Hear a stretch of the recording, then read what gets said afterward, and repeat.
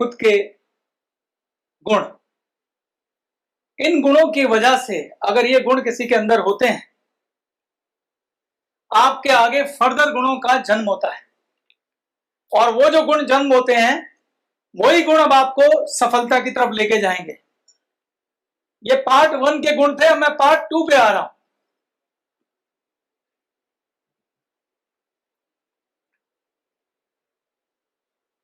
शिष्टाचारी होना, ईमानदार होना, इंटीग्रिटी वाला व्यक्ति होना, ये व्यक्ति जिसके अंदर ये सारे गुण होते हैं, जो दूसरों में खुशियां बांटता है, जिन लोगों में ये वाले गुण होते हैं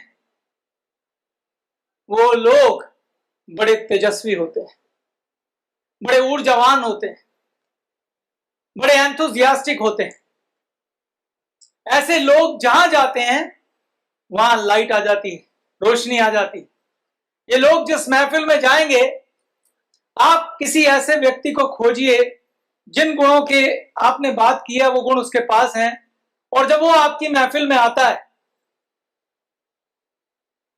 तो उसको मिलके आपको कैसा लगता है। सोचिए, जो खुशियां बांटता है, जो हंसाता है, जो आपकी मदद करता है, जो शिष्टाचार से पेश आता है, जो दूसरों को आदर देता है, जो आपकी बात को ध्यान से सुनता है। आजकल वो लोग नहीं मिलते जो हमारी बात सुने, लोग अपनी बात कह के मन हल्का कर लेते। जब ऐसा व्यक्ति अगर आप इमेजिन करें तो उस व्यक्ति में एक गुण अपने आप आएगा। वो गुण है कि वो व्यक्ति एंथुसियास्टिक होगा।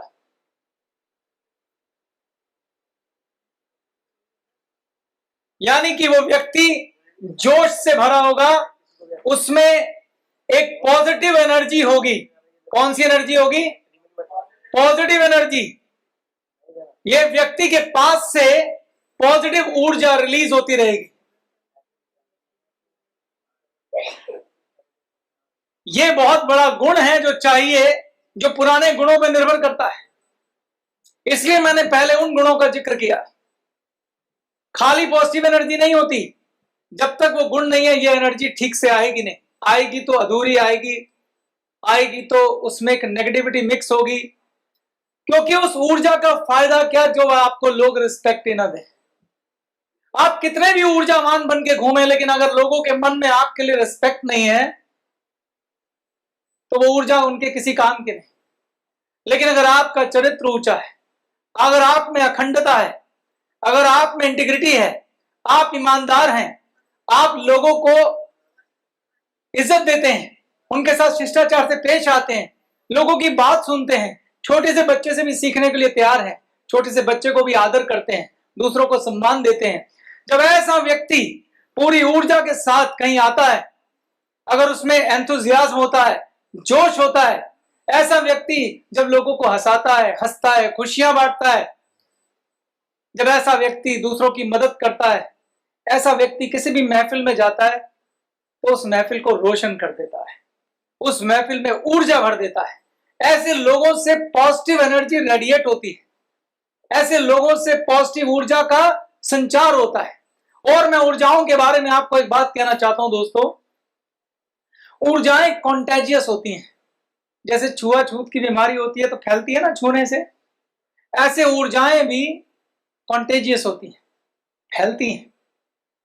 अगर आप किसी नकारात्मक ऊर्जा वाले वातावरण में चले जाएं, आप कितने भी खुश हो, आपकी सारी एनर्जी निचड़ जाएगी। अगर आप किसी नेगेटिव व्यक्ति के पास जाके थोड़ी देर बैठ जाएं, आपका सिर भारी हो जाएगा। ऐसा होता है कि नहीं होता? ठीक इसी तरीके से अगर आप किसी पॉजिटिव ऊर्जा वाले लीडर के पास चले जाएं, वो आपका सारा दुख हर लेगा। मात्र उसके साथ बैठने से ही आपके आदि समस्याएं सोल्व हो जाएंगी, बात करने की जरूरत ही नहीं होगी, क्योंकि वो व्यक्ति ऐसी ऊर्जा निकालता है अपने अंदर से कि आपकी सारी नेगेटिव ऊर्जा को खा जाता है। ऐसा व्यक्ति चाहिए होता है लीडर बनने के लिए। यहां से असली शुरुआत होती है दोस्तों, यहां से असली शुरुआत होती है, यहां से लीडर के पहले गुण की बात आती है। ऐसा व्यक्ति, इन सभी गुणों को मिला के जो गुण तैयार होता है, उस गुण को बोलते हैं पॉजिटिव ऊर्जा वाला व्यक्ति। खाली पॉजिटिव बातें करने वाला नहीं चाहिए, पॉजिटिव चरित्र वाला चाहिए। जब ऐसे गुण किसी व्यक्ति के पास होते हैं, ऐसे व्यक्तियों के चरणों में झुकने का मन करता है, उनको सुनने का मन करता है, उनको फॉलो करने का मन करता है, उन्हें अपना प्रेरणा स्रोत बनाने का मन करता है, उनको अपना मार्गदर्शक बनाने का मन करता है। सिर्फ इतने से गुणों से ही इतना प्रभाव आ जाता है। अभी गुण और भी बाकी हैं, लेकिन ये सारे गुण बड़े महत्वपूर्ण हैं। पॉजिटिव ऊर्जा वाले आदमी का एटीट्यूड पॉजिटिव होता है। अब इन गुणों का बखान कर रहा हूं मैं। पुराने गुण नहीं तो इन गुणों का कोई मान्यता नहीं। पुराने गुण पहले चाहिए, उनके साथ आपके पास पॉजिटिव एटीट्यूड होना चाहिए। वैसे ये उनमें होता ही है, लेकिन फिर भी आपको समझाने के लिए मैं इसको डिवाइड करके समझा रहा हूं। पॉजिटिव एटीट्यूड आप सबको पता है क्या होता है। पॉजिटिव एटीट्यूड यानी कि पॉजिटिव दृष्टिकोण। दृष्टिकोण का मतलब होता है हर चीज में कुछ अच्छा ढूंढने का प्रयास। जब आपके आसपास भगवान ने ना हम सबको अलग अलग गुण बख्शे हैं, दूसरों के गुणों की तारीफ करके भी वो गुण आप में आ सकते हैं। 4 गुण मेरे में है, 4 गुण सरबजीत में है, 4 गुण संजय में है, 4 गुण सुमित में है, 4 कुश में है, 4 रमनीक में है। अगर हम एक दूसरे के गुणों की प्रशंसा करें, वो भी सच्चे मन से, तो वो गुण हमारे पास आ जाएंगे। ये एक रूल होता है। मैंने ये बात इसलिए बोली आपको क्योंकि हमारे पास, मेरे ग्रुप में भी जो सबसे ज्यादा पॉजिटिव एटीट्यूड वाला कोई व्यक्ति मैंने देखा तो उसका नाम है रमनीक सिंह। ये तो तारीफ कर रहा हूं इसलिए कर रहा हूं, आप जब खुले मन से किसी की तारीफ करते हैं तो एक्चुअली में आप ईश्वर से प्रार्थना कर रहे होते हैं कि हे भगवान ये गुण मुझे भी देना, हे भगवान ये गुण मुझे भी देना। मैंने आपको शुरू करने से पहले ही बोला कि मुझ में भी कुछ गुणों की कमी है, मैं भी दोषपूर्ण हूं, मगर मैं खुले मन से उसे स्वीकार करता हूं और उससे प्रार्थना करता हूं कि मेरे दोष ये छीन लेना, और उसके लिए कर्मठ भी हूं और कर्म करता रहूंगा और अपने जीवन में इन गुणों को पाने के लिए प्रयासरत रहूंगा। ये आप सबके सामने कह रहा हूं और आपको भी यही कहना चाहिए। तो पॉजिटिव एटीट्यूड के बारे में मुझे नहीं लगता कि आपको ज्यादा कुछ कहने की जरूरत है, क्योंकि पॉजिटिव एटीट्यूड पे हर कोई व्यक्ति खूब बात करता है। पॉजिटिव एटीट्यूड वाला व्यक्ति वो है जब वो सड़क पे चलता है तो ये नहीं कहता कि रेड लाइट आ गई। अक्सर हम बोलते हैं ना, यार वो 2 रेड लाइट पड़ेंगी, तीसरी रेड लाइट के बाद मेरा घर है। हम ये भी तो कह सकते हैं कि वो 2 ग्रीन लाइट आएंगी और तीसरी ग्रीन लाइट के बाद मेरा घर है। कह सकते हैं कि नहीं कह सकते? बोलिए ना यार। कितने लोग हैं जो रेड लाइट बोलते हैं, ग्रीन लाइट बोलते हैं? सब लोग रेड लाइट बोलते हैं क्योंकि दिखती रेड है। तो ये अगर हमारे अंदर है तो ये सूचक है कि हम नेगेटिव हैं। इस दृष्टिकोण को बदलने की आवश्यकता है। जब दोष ही दोष दिखाई दें, आप देखिए ना, स्कूल में एक टीचर का मैंने वीडियो देखा था, उसने एक टेबल लिखा 9 का। टेबल कहते हैं वो पहाड़ा हिंदी में। 9 एकम 9, 9 दूनी 18, 9 तिया 27, 9 चौक 44, 9। हाँ देखो, आपने भी वही किया। मैंने 3 सही बोले थे, वो नहीं देखा आपने, चौथे पे पकड़ लिया।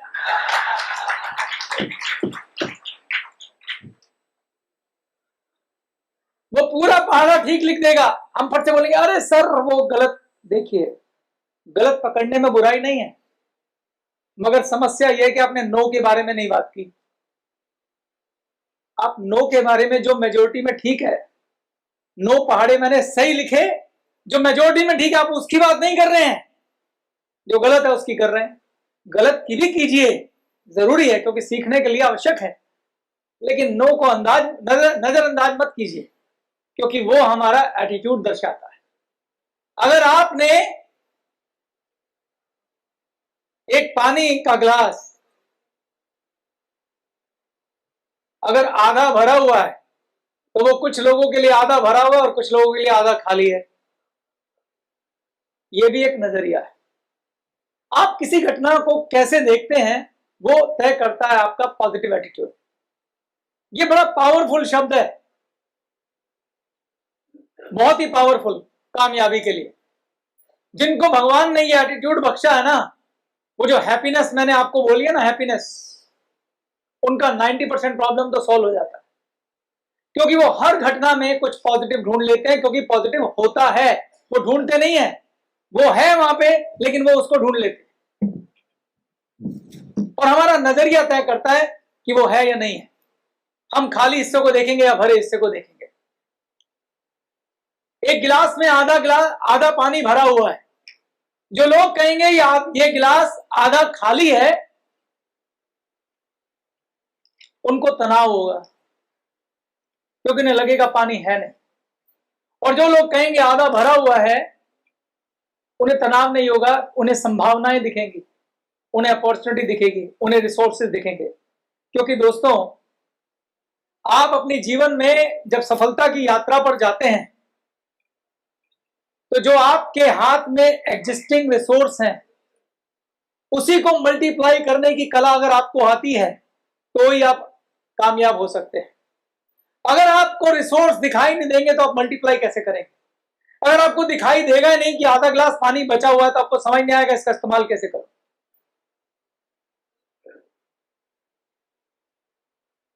लोग एक बहाना मैनेजमेंट करके अपनी असफलताओं को छुपाते हैं, और उसके पीछे उनका नेगेटिव एटीट्यूड जिम्मेदार होता है। अगर किसी बच्चे के नंबर कम आए, अरे वो हमारे घर में लाइट नहीं आती ना, इसलिए मैं पढ़ नहीं पाता, इसलिए नंबर कम आ गए। लेकिन जो पॉजिटिव एटीट्यूड वाला व्यक्ति है, वो इसमें भी कुछ अच्छा ढूंढेगा। वो कहेगा हमारे घर में लाइट नहीं आती ना, और मैं मोमबत्ती जला के पढ़ता हूं, दुनिया का कोई बंदा मुझे काम करने के लिए नहीं बोलता, क्योंकि इस समय कुछ काम करने के लिए होता नहीं, मैं ढंग से पढ़ाई कर लेता हूं, इसलिए मैं फर्स्ट आता हूं। ये डिपेंड करता है आप ढूंढते क्या, बहाना या अवसर। जो लोग समस्याओं में अवसर ढूंढते हैं, वो लोग कामयाब हो जाते हैं। और आपको एक बड़ी मजेदार बात बोलता हूं, जहां सबसे ज्यादा समस्याएं हैं, वहीं पे सबसे ज्यादा अवसर है। क्योंकि अवसर की सही परिभाषा क्या है? समस्याओं का जो निदान करता है, वही अवसर है, वही अवसर है। अगर कहीं पे बहुत सारी समस्याएं और आप जाके उसका समाधान करते हैं, तो आप समझिए कि आपका सितारा बुलंद हो गया, आप चमक गए, आप कामयाब हो गए। तो जब समस्याएं होती हैं, वहां अवसर होते हैं। और अवसर को कौन पहचानता है? जिनका एटीट्यूड पॉजिटिव होता है।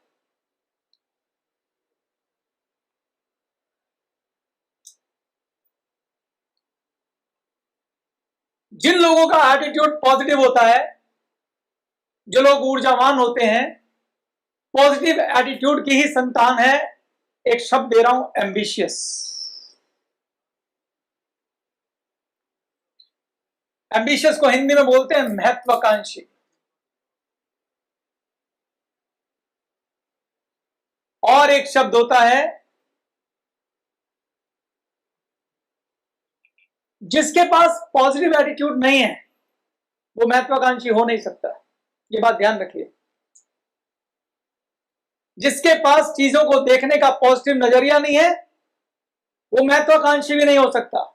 महत्वाकांक्षी का मतलब होता है जो जीवन में कुछ कर गुजरना चाहता है, जो कुछ बदल देना चाहता है, जो कोई बड़ा बदलाव लाना चाहता है, जो अपने सपनों को पूरा करना चाहता है, जो किसी बड़ी समस्या का समाधान करना चाहता है।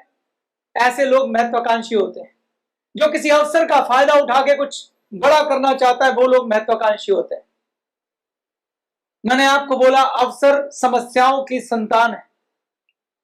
जो लोग समस्याओं में अवसर नहीं ढूंढ पाते, उनकी महत्वाकांक्षा खोखली है। जिसके पास पॉजिटिव एटीट्यूड नहीं है, वो बदलाव नहीं कर सकता। आप लोगों को सुनेंगे अक्सर ये कहते हुए, अरे हमारे देश में कुछ बदल नहीं सकता। बोलते हैं लोग, बोलते हैं कि नहीं? अरे यहां तो ऐसे ही चलेगा, यहां कभी कुछ नहीं सुधरेगा, यहां करप्शन कभी खत्म नहीं होगी, ये चोरी चकारी चलती रहेगी। ये लोग कौन है? पॉजिटिव एटीट्यूड वाले हैं या नेगेटिव एटीट्यूड वाले?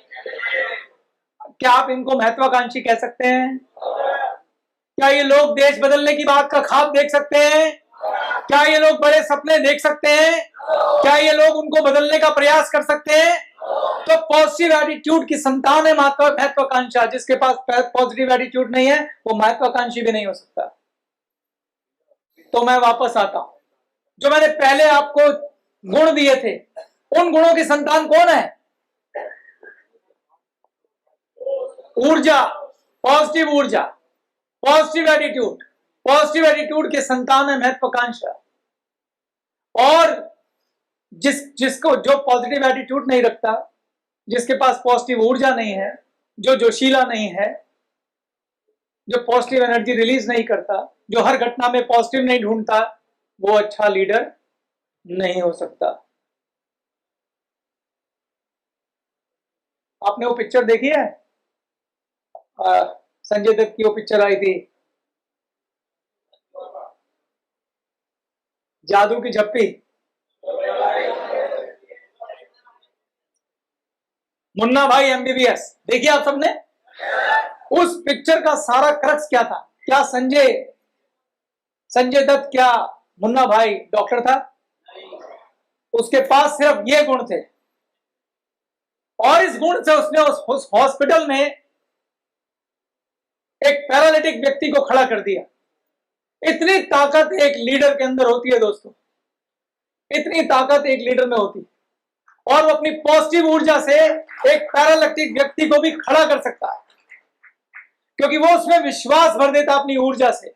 तो उसकी नकारात्मकता को, नेगेटिव एटीट्यूड को जला के राख कर देता है, उसको लीडर कहते हैं। वो एक व्यक्ति को उसके गुणों से उसकी पहचान करवाता है, उसे लीडर कहते हैं। लेकिन मैंने बोला, जब तक आप खुद दीपक नहीं हैं, आप दूसरा दीपक नहीं जला सकते। तब दीपो भवा, पहले खुद दीपक बनना होगा, पहले ये गुण अपने अंदर लाने होंगे। जब आप ये गुण लाएंगे तो आप लीडर कहलाएंगे, और जब इन गुणों से दूसरों के घर रोशन करेंगे तो आप महान लीडर कहलाएंगे, ग्रेट लीडर्स कहलाएंगे। अभी बात खत्म नहीं हुई है, अभी चल रहा है। मैंने अपनी तर्ज चेंज की है ताकि आपके दिमाग में बात घुसा सकूं। अब जो व्यक्ति महत्वाकांक्षी होता है, जिस व्यक्ति के पास ख्वाब होते हैं, जिस व्यक्ति के पास सपने होते हैं, इन ऊर्जाओं के साथ वो कैसे अपने ख्वाबों को पूरा करता है, स्वार्थ के ख्वाब भी और परमार्थ के ख्वाब भी। अपना भी जीवन बदलता है और वो व्यक्ति देश भी बदलता है। ऐसा लीडर में एक और गुण होता है, और वो गुण है विजन। विजन को हिंदी में कहते हैं दूरदर्शिता। मेरी हिंदी के लिए क्षमा करना, बार बार बोल रहा हूं। दूरदर्शिता क्या होती है? दूरदर्शिता कोई बताएगा? दूरदर्शिता के मतलब हुआ कि दूर का सोच रखने वाला, यानी कि कोई भी काम करने से पहले नजदीक का फायदा नहीं बल्कि दूर का नुकसान हम लोग को देखना चाहिए। बहुत अच्छा, बहुत बढ़िया, थैंक यू बहुत सर। अच्छा, शाबाश, बहुत बढ़िया।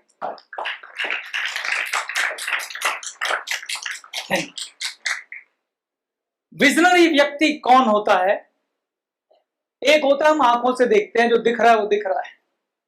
विजनरी वो होता है जो बिटवीन द लाइन रीड करता है। विजनरी व्यक्ति वो होता है, जो आप लोगों ने भी जवाब दिया है, जो भविष्य में झांक सकता है। मैं आपको बधाई देता हूं, आप सब विजनरी हैं। पूछे क्यों? ग्लेज की अपॉर्चुनिटी आप जैसे बहुत सारे लोगों के पास आई थी, लेकिन आप विजनरी थे। आप देख पाए कि ये कंपनी मेरा भविष्य बदल सकती है, इसलिए आप विजनरी हैं।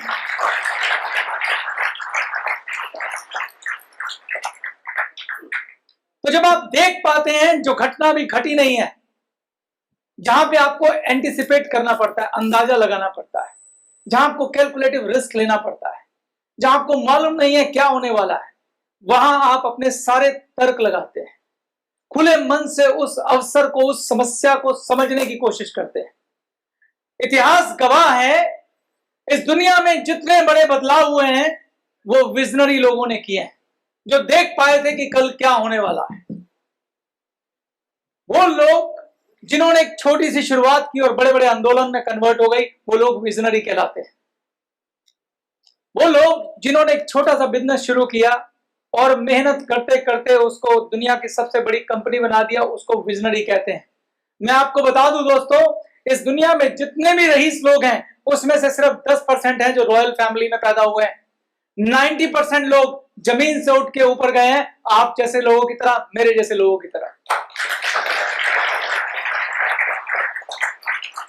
और ये विजन ही है जो इन लोगों को दूसरों से अलग करता है। और विजनरी होने का गुण, उसके लिए कोई स्पेशल बात नहीं चाहिए, उसके लिए पहले वाला गुण चाहिए, when you are open to listen everybody। जब आप दूसरों को सुनने के लिए खुले मन से तैयार होते हैं, जब आप दूसरों के बारे में कोई राय पहले से कायम नहीं करते हैं, चाहे वो अवसर हो, चाहे वो समस्या हो या बदलाव हो। 3 शब्द दे रहा हूं मैं, क्या? समस्या, अवसर और बदलाव। ये तीनों स्थिति को निपटने के लिए विजनरी लोग चाहिए। क्या वर्ड यूज कर रहा हूं मैं? अवसर यानी कि अपॉर्चुनिटी। अपॉर्चुनिटी उन्हें नसीब होती है जो विजनरी होते हैं, और विजनरी वो होते हैं जो खुले मन से दूसरे की बात को सुनते हैं, खुले मन से उसके ऊपर तर्क करते हैं, खुले मन से उसकी गहराई में जाते हैं और खुले मन से उसका आकलन करते हैं और फैसला लेते हैं। अवसर हो या समस्या हो, या फिर तीसरी चीज क्या है? बदलाव हो। क्योंकि कोई भी बदलाव होता है लोगों को पसंद नहीं आता, और जिन लोगों को बदलाव पसंद नहीं आता वो विजनरी नहीं होते। जो बदलाव का आकलन करते हैं वो विजनरी होते हैं, क्योंकि बदलाव अपने साथ अवसर लाता है। अगर बदलाव इस धरती में नहीं होता तो इतनी तरक्की नहीं होती। हर तरक्की एक बदलाव का सूचक है। हम पहले बैलगाड़ी पे चलते थे, बैलगाड़ी पे से हम साइकिल पे आए, साइकिल से बाइक पे आए, बाइक से कार पे आए, कार से हवाई जहाज पे आए। ये सब बदलाव हैं। और जिन जिन लोगों ने इनकी पहली पहली यात्राएं की, जिन जिन लोगों ने इनको बनाया और इनके बारे में सोचा, वो सब वो थे जो भविष्य में देख पाए, और वो विजनरी थे। कौन थे? विजनरी लोग मशाल लेके सबसे आगे चलते हैं। विजनरी लोग बदलाव के नायक होते हैं। विजनरी लोग समस्याओं के समाधान करने वाले व्यक्ति होते हैं। विजनरी लोग अवसर के फायदे उठाकर करोड़ोंपति अरबोंपति हो जाते हैं। तो विजनरी शब्द बहुत ही ताकतवर है। मगर फिर से बोल दूं, विजनरी के साथ ये सारे गुण चाहिए। अगर विजनरी पॉजिटिव एटीट्यूड वाला नहीं है, अगर विजनरी पॉजिटिव ऊर्जा वाला नहीं है, अगर विजनरी महत्वाकांक्षी नहीं है, अगर विजनरी के पास वो सारे गुण नहीं है, तो किसी काम का नहीं है विजन। इस बात को एक बड़े प्यारे उदाहरण से समझाता हूं। आज मैं बड़े सारे लीडरशिप के गुण की बखान करने वाला हूं।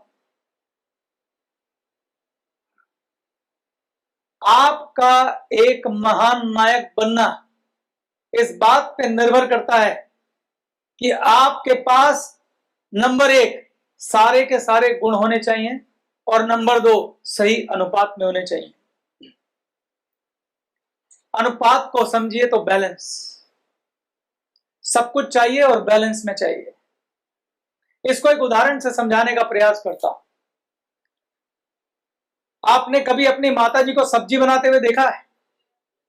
देखा है? हम सबकी फेवरेट अलग अलग सब्जियां होती हैं। किसी की छोले की सब्जी होती है, किसी की शाही पनीर होती है, किसी की कढ़ाई पनीर होती है, किसी की दाल मखनी होती है। किसी भी सब्जी का एग्जाम्पल उठा लीजिए जिसको आपने अपनी माताजी को बनाते हुए देखा है। एक स्वादिष्ट सब्जी बनना किस बात पे निर्भर करता है? मान लीजिए हम शाही पनीर की सब्जी बना रहे हैं। अगर आप सबसे बढ़िया शाही पनीर ले आए तो क्या सब्जी स्वाद बनेगी? गारंटी है? नो। उस सब्जी में बहुत सारे मसाले गिरते हैं। अगर सारे के सारे मसाले उस सब्जी में गिरे, सही अनुपात में गिरे, सही टेम्परेचर पे उसे कुक किया जाए, जितना कुक करना है उतना ही कुक किया जाए,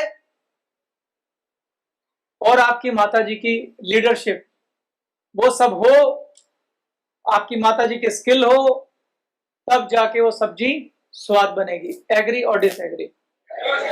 अगर आपकी माताजी उस सब्जी में खाली नमक डालना भूल जाए, बाकी सब कुछ डाल दे, क्या सब्जी स्वादिष्ट बनेगी?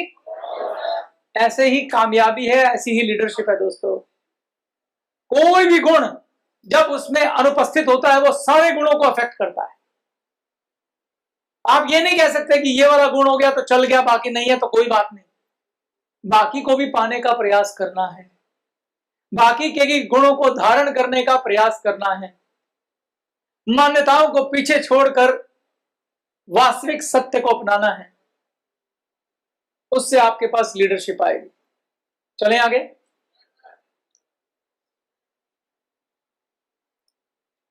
हम पहुंच गए विजन तक। एक अच्छे लीडर ने विजन देखा, जैसे आपने ग्लेज का विजन देखा, आपने नेटवर्किंग शुरू की, अपना बिजनेस खड़ा करना शुरू किया, लेकिन ये बिजनेस आपको आपकी सफलता की चरम सीमा तक पहुंचाएगा, ये इस पे डिपेंड करता है कि आप आगे इस अवसर के साथ, इस अपॉर्चुनिटी के साथ, आप ग्लेज के साथ कैसा व्यवहार करते हैं। यानी कि अगर आप विजन के बाद फैसला लेने वाले हैं तो उसके लिए आपको एक और गुण की जरूरत है, वो है साहस, यानी कि करेज।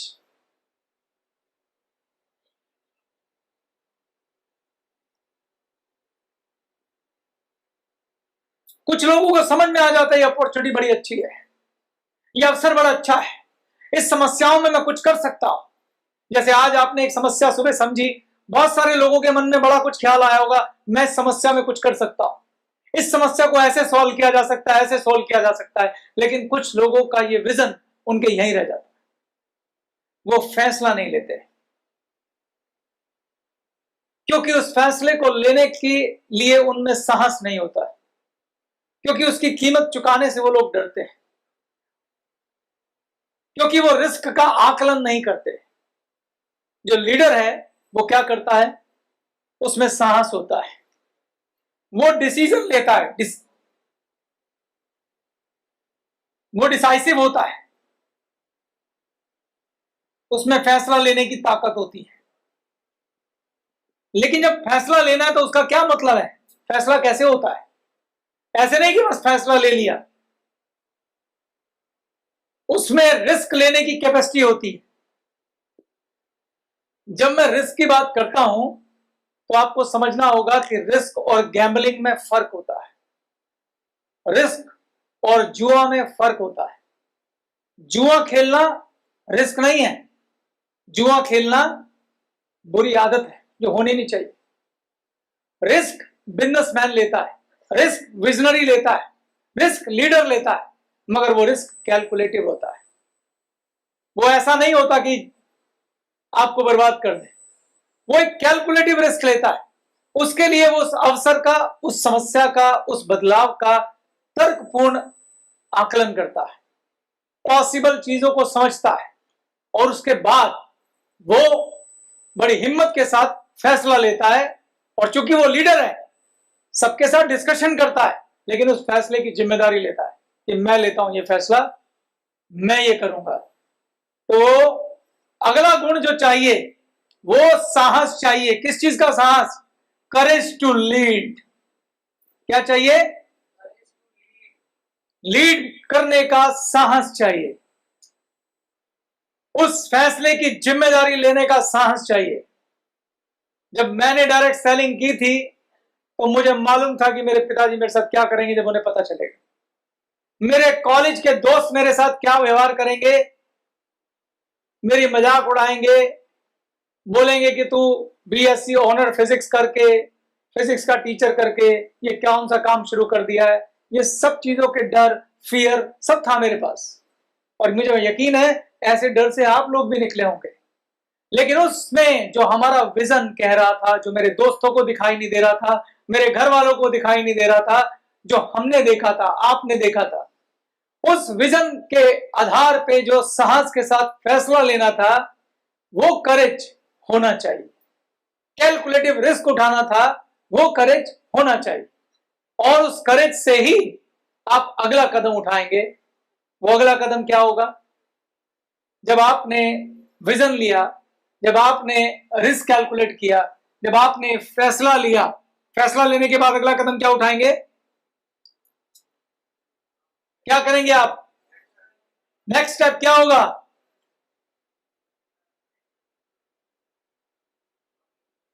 लक्ष्य।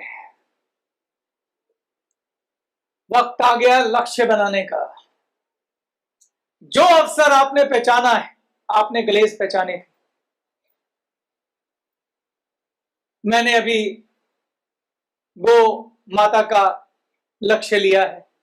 जो विजन आपने देखा है, जिस समस्या को सॉल्व करने के लिए आप आगे आए हैं, जिस अवसर के लिए आप आगे आए हैं, जिस बदलाव के लिए आप आगे आए हैं, अब उसका लक्ष्य बनाने का वक्त आ गया है।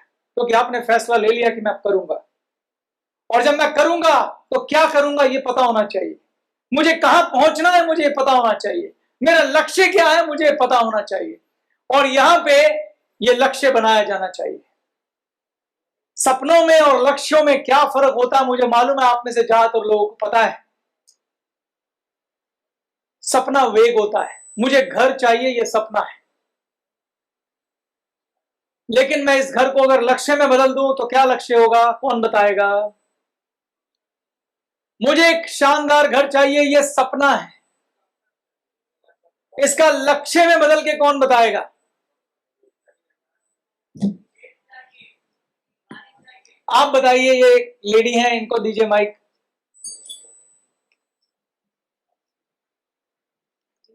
प्लानिंग लक्ष्य के बाद आएगी दोस्त, अभी लक्ष्य की बात हो रही है। आपका ख्वाब हो सकता है कि मुझे घर चाहिए, मैं, वो ड्रीम है। इस ड्रीम को लक्ष्य में बदलें तो लक्ष्य के फॉर्म में अगर इस ड्रीम को बोले तो क्या होगा, ये उत्तर चाहिए मुझे। आप बताइए। सबसे पहले मुझे उस घर के अगर लक्ष्य है तो सबसे इम्पोर्टेंट है कि उसको मैं उस घर को कब बना रहा हूँ और कितने लाख का बना रहा हूँ, ये सबसे ज्यादा इम्पोर्टेंट है। और उस घर पे मैं कितने कमरे रखूंगा, कहाँ कहाँ पे कौन सा सिस्टम रखूंगा, वो मेरे ऊपर डिपेंड करता है। बहुत बढ़िया, इनके लिए क्लैपिंग कीजिए। आपने लक्ष्य का काफी हिस्सा बता दिया।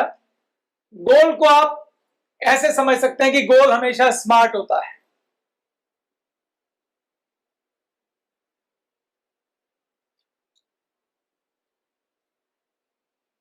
स्पेसिफाइड, मेजरेबल,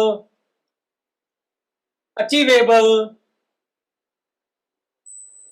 टाइम बाउंड और रियल। बैठे। Thank you. किरण के लिए क्लैपिंग करिए प्लीज।